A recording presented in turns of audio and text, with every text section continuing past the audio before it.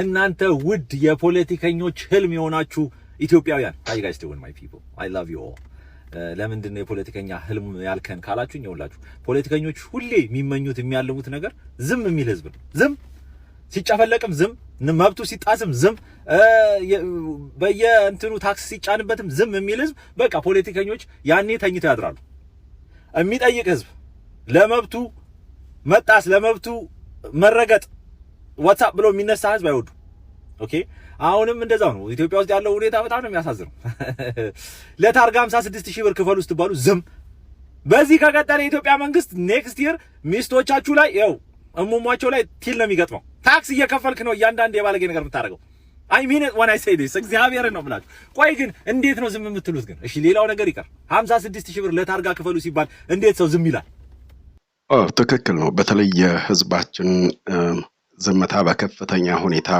ኢትዮጵያን ወደ ለየለቱ ጥንቅጥ ውስጥ እየከተተ ነው እየመጣ የሚገኘው እና አብይ አህመድ ወደ ስልጣን ከመጡበት ጊዜ አንስቶ በኢትዮጵያ ውስጥ ያልተፈጸመ ግፍ ያልተፈጸመ በደል የለም ከዛም አልፎ ደግሞ ታክስ ግብር እንደዚሁ ደግሞ በህዝብ ላይ የሚጫኑ አላስፈላጊ ክፍያዎች የቤት ኪራይ ከምን ጊዜም በላይ በከፍተኛ ሁኔታ ህዝቡን ወደ ድህነት መቀመቅ ውስጥ የከተተበት ጊዜ ላይ እንገኛለን ሌሎችን ለምሳሌ እንደ ኬንያ ብንመለከት ገና ለገና ታክስ ሊጣልብን ነው ይሄ ከአቅማችን በላይ ነው ብሎ ህዝቡ አደባባይ ወጥቶ ሆ ብሎ መንግስት የመንግስትን ሐሳብ ያስቀየራል ኢትዮጵያ ውስጥ ግን እንደምትመለከቱት ህዝቡ ያልተፈጸመበት ግፍ የለም ያልተፈጸመበት በደል የለም ህዝቡ ከዚህ ቀደም በቀን 3 በልቶ የሚያደር ህዝብ አሁን በቀን አንድ ጊዜ መብላት ተስኖታል ህዝቡ በድህነት እየማቀቀን የሚገኘው ግን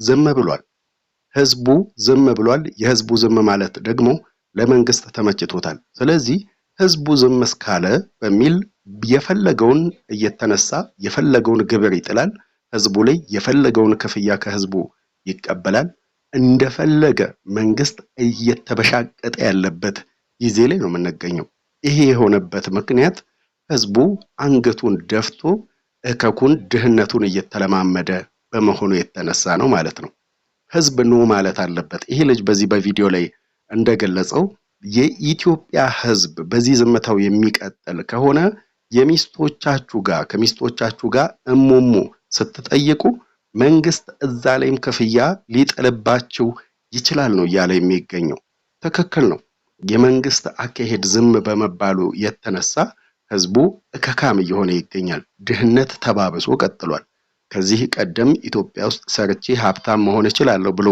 የሚያስብ ዜጋ አሁን ላይ ሰርቶ ሀብታም መሆኑን ተውትና ሀብታሙ እንኳን ከአቅሜ በላይ ሆኗል እያለ ነው የሚገኘው ከሰሞኑ የኃይሌ ገብረስላሴን አንድ ቪዲዮ ተመልክታችኋል ግብር መክፈል አልቻልኩም ከአቅሜ በላይ ሆኗል መንግስት ይሄንን ጉዳይ እልባት ሊሰጠው ይገባል ወይ ፎቆቹን እንዳልሸጣቸው ፎቆቹን እንኳን የሚገዛኝ የለም ስለዚህ መንግስት እልባት ይስጠው ሲል እየሰማችሁ ነው የምትገኙት እንግዲህ እና ኃይሌ በትንሹ 10 ትልልቅ ፎቅ ያላቸው እነዚህ ባለሀብቶች ኑሮውን መቋቋም አልቻልንም ከአቅማችን በላይ ሆነ ግብር መክፈል አልቻልንም ብለው ካሉ ሌላኛው 99% የሚሆነው ዳሃው ኢትዮጵያዊ ገበሬ ከታምጥቶ ነው የሚከፍለው ኢትዮጵያ እኮ ከ95% በላይ የሚሆነው ህዝብ በድህነት ላይ የሚገኝ ህዝብ ነው እንዲሁ ደግሞ 80% የሚሆነው ህዝብ ደግሞ በገጠር የሚገኝና በግብርና የሚተዳደር ህዝብ ነው ታዲያ ይህንን ህዝብ በከፍተኛ ሁኔታ የተለያየ ወጪዎችን የተለያየ ቀረጦችን በመጣል ህዝቡ አይደለም ድህነቱን ሰርቶ ማሸነፍ በቀን መመገብ እንዳይችል የዕለት ጉርሱን ማግኘት እንዳይችል በብልጽግና ዘመን ይሄ እየተከሰተ ነው የሚገኘው ይሄ የሆነም ህዝቡ ዝም ብሏል የህዝቡ ዝምታ አደገኛ ነው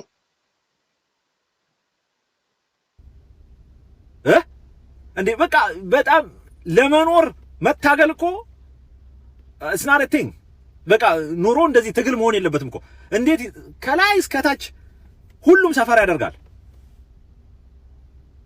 እንዴ ከመቼ ጀምሮ ነው ግን እንደዚህ ፈሪውን ነው በቃ ስፒክ አፕ ማድረግ እኮ አልቻለም ምንድነው እንደዚህ የሚያስፈራን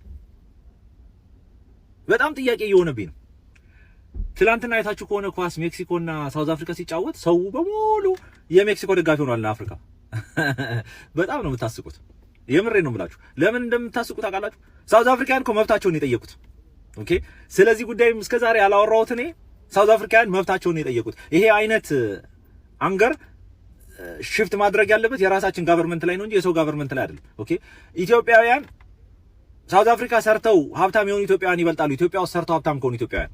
ፋክት ነው የምነግራችሁ ነገር።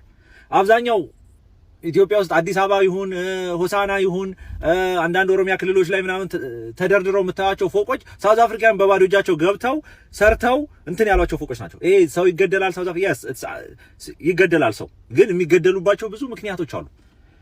የመጀመሪያው እርስ በርስ ነው። አብዛኛው አበሻ የሚገደለው ምናልባት በጥቁሮች እጅ ይጥፋ እንጂ በተልኮ የሚገደሉ ሰዎች ናቸው አብዛኞቹ። እርስ በርሳችን ነው የምንጨርሰው። እዛ ብዙ ማውቀው ነገር ስላለ ነው ብዙ ማላወራው ባይ ዘ ወይ ስለዚህ ጉዳይ እና እነዚህ ሰዎች ይሄ ነገር መረረን ይውጡልን so everybody become against the South African government ሲባል ኢትዮጵያና ታርጋ is $56,000 I mean ብር ነው ሲባል ሁሉም ጭጭ። ሳውዝ አፍሪካ ሲባል ኳሱ ላይ ሁላ ሜክሲኮን የሚደግፍ so are you guys fucking kidding me? ምን ሆናችሁ ነው? ሳውዝ አፍሪካ ይኸውላችሁ በጣም ትክክል ነው። በተለይ ህዝቡ በእንደዚህ አይነት መልኩ ዝም ማለት በሀገሪቷ ውስጥ የኑሮ ውድነት ከአቅም በላይ እንዲሆን ምክንያት ሆኗል። ከዚህ ቀደም ሰርቶ ነግዶ የሚያተርፍ ማህበረሰብ ከዛም አልፎ በሀገሬ በኢትዮጵያ ሰርቼ ነግጄ ማግኘት እችላለሁ፣ ሀብታም መሆን እችላለሁ ብሎ የሚያስብ ህዝብ አሁን ላይ ግን በኢትዮጵያ ውስጥ ሰርቶ ነግዶ ማትረፍን ትቶ በየትኛው በኩል ልሰደድ በሚል ህዝብ እያለቀ በተደጋጋሚ ስደትን ሲመርጡ እንመለከታለን። ይሄ የሆነበት ምክንያት አሁን ላይ አገሪቷ ያለችበት በተለይ ደግሞ IMF ወደ ኢትዮጵያ ከገባ በኋላና ገንዘብ የመግዛት አቅሙ ከተዳከመ በኋላ የህዝቡ የኑሮ ውድነት ከአቅም በላይ ሆኗል። ህዝቡ የኑሮ ውድነቱን መቋቋም አልቻለም። ቤዚክ አይተሞች ከመጠን በላይ በተለይ ደግሞ ምግብ ነክ ነገሮች በአጠቃላይ ከአቅም በላይ የሆኑበት ጊዜ ነው የሚገኘው። የብልጽግና ሰዎች ከIMF እና ከዓለም ባንክ መበደር ከእናት መቀነት እንደመበደር ነው ብለው IMFን ወደ ኢትዮጵያ ካስገቧት በኋላ ህዝቡን በአጠቃላይ ድህነት ላይ ጥለውታል። ህዝቡ በአጠቃላይ እከካም የሆነበት ጊዜ ነው የሚገኘው። ህዝቡ የሚበላ ያጣበት ጊዜ ነው ያለው፣ የሚጠጣ ያጣበት ጊዜ ነው ያለው፣ የዕለት ጉርሱን ማግኘት የተሳነበት ጊዜ ነው ያለው። ለብሶ የሚወጣው እንኳን በየሆቴሎቹ ቡሌ እየፈለገ የሚበላበት በጣም ዘግናኝና የሚያሳዝን ጊዜ ላይ ነው የምንገኘው። ይሄ በሆነበት ሁኔታ ህዝቡ በከፍተኛ ችግር ውስጥ እየተሰቃየ ባለበት ሁኔታ ላይ ህዝቡ ግን ይህንን መንግስት አለመቃወም ወይ ደግሞ ይሄ መንግስት የሚጭነውን እያንዳንዱ ግብር ቀረጥ በዝምታ ማለፉ ለሀገሪቷ በጣም አደገኛ በተለይ ደግሞ ለወደፊቱ ትውልድ በጣም ዘግናኝና ፈታኝ ብሎም ከባድ የሚሆን ነው የሚመስለኝ። ህዝቡ ዝም ማለት ያለበት አይመስለኝም። ከዚህ ቀደም የኢትዮጵያ ህዝብ እንደዚህ ፈሪ አልነበረም። አደባባይ ወጥቶ የሚናገር ህዝብ ነው። አሁን ላይ ግን ህዝቡ ፈርቶ አንገቱን አቀርቅሮ ያለበት ሁኔታ ነው የሚታየው ማለት ነው። ሰዎቹ በጣም ምስኪን ሰዎች ናቸው። እንደኛ እንደ ኢትዮጵያውያን እንኳን አይደሉም። እንደዚህ በጣም they are not mastermind የሆነ ነገር ማለት they are very straightforward people. ኦኬ እኔ እንዴት ብዬ ልንገራችሁ? በጣም ብዙ መጽሐፍ የሚወጣ አይነት ታሪክ አውቃለሁ ሳውዝ አፍሪካ ውስጥ። ኦኬ በጣም ምስኪን ናቸው። they will kill you like a fly። በቃ እንደዚህ ከደበርካቸው እንዲያይተው ይገሉዋል። ኦኬ for fun they gonna kill you። አብሮ ጓደኛ አድርገው ምናምን ሳውዝ አፍሪካ ስንት ዓመት አብሮ ኖሮ ተገለ መንገድ ላይ ሲያይ ሼም ብሎ ነው የሚሄደው። በቃ ሌላ ነገር የለም። በቃ this is ባህሪያቸው ነው። ኦኬ let me tell you something በጣም ደስ የሚል ታሪክ ማለት እኔ ከዚህ በፊት በጥይት የተመታ ልጅ አውቃለሁ። ቤት ውስጥ ገብቶ ሚስትየውን ቆሞ ሲያዋራት ባልየው መተው ጥይት መታው። nobody knows why he shoot him። ግን ሳውዝ አፍሪካን they have this tour እንደዚህ አይነት ነገር ድሮ ነጮቹ እንደዚህ እየገቡ ነበር የሚወስዷቸው። so especially ከለሩ ለየት ያለ ሰው ቤት ውስጥ ገብቶ ቆሞ ካዋራቸው በቃ የንቀት መጨረሻው። ገብታችሁ ቤታቸው ቁጭ ማለት አለባችሁ መጀመሪያ ከነሱ ጋር ለማውራት you have like እንደዚህ same level ቁጭ ብላችሁ ማውራት ነው እንጂ ቆማችሁ ስታወሯቸው አንገራቸው ነው የሚነሳው። ኦኬ የኛ ሰው ደግሞ እንግሊዘኛ ካልሰማ የሚስቀው ነገር አለ እና ሰውየው እንደ ለምዶ ቆመ የምታዋራ ሲለው ይስቃል ልጁ። he should ገብታችኋል? አንዳንዴ እንደዚህ አይነት ሲሊ ነገሮች ምናምን ነው እንጂ እንትን የሚለው ይሄ ሌላው ነገር አብዛኛው አበሻ እርስ በርስ የሚጫረሰው ነው ሳውዝ አፍሪካ የሚያልቀው። ኦኬ ሶ ግን እነዚህ ሰዎች አሁን በቃን መረረ እንደዚህ አይነት ወንጀል ነው ያሉት። ለምን አብዛኛው የተሰሩትን ፎቆች ብታዩ ከካናዳ የሄደ ሰው የሰራውን ፎቅ እስቲ ያሳዩኝ ኢትዮጵያ ውስጥና ከሳውዝ አፍሪካ የሄዱትን ሰዎች ያሰሩትን ፎቅ ቁጠራቸው። እዚህ ሳህኑን አጥበን ሳህን እዚህ ልታገለግሉ ነው የምትመጡት። አገልግላችሁ ጨሳችሁ ነው የምትሄዱት። ስትሄዱ ኦልሬዲ ዩ አር ፋክድ። ከሳውዝ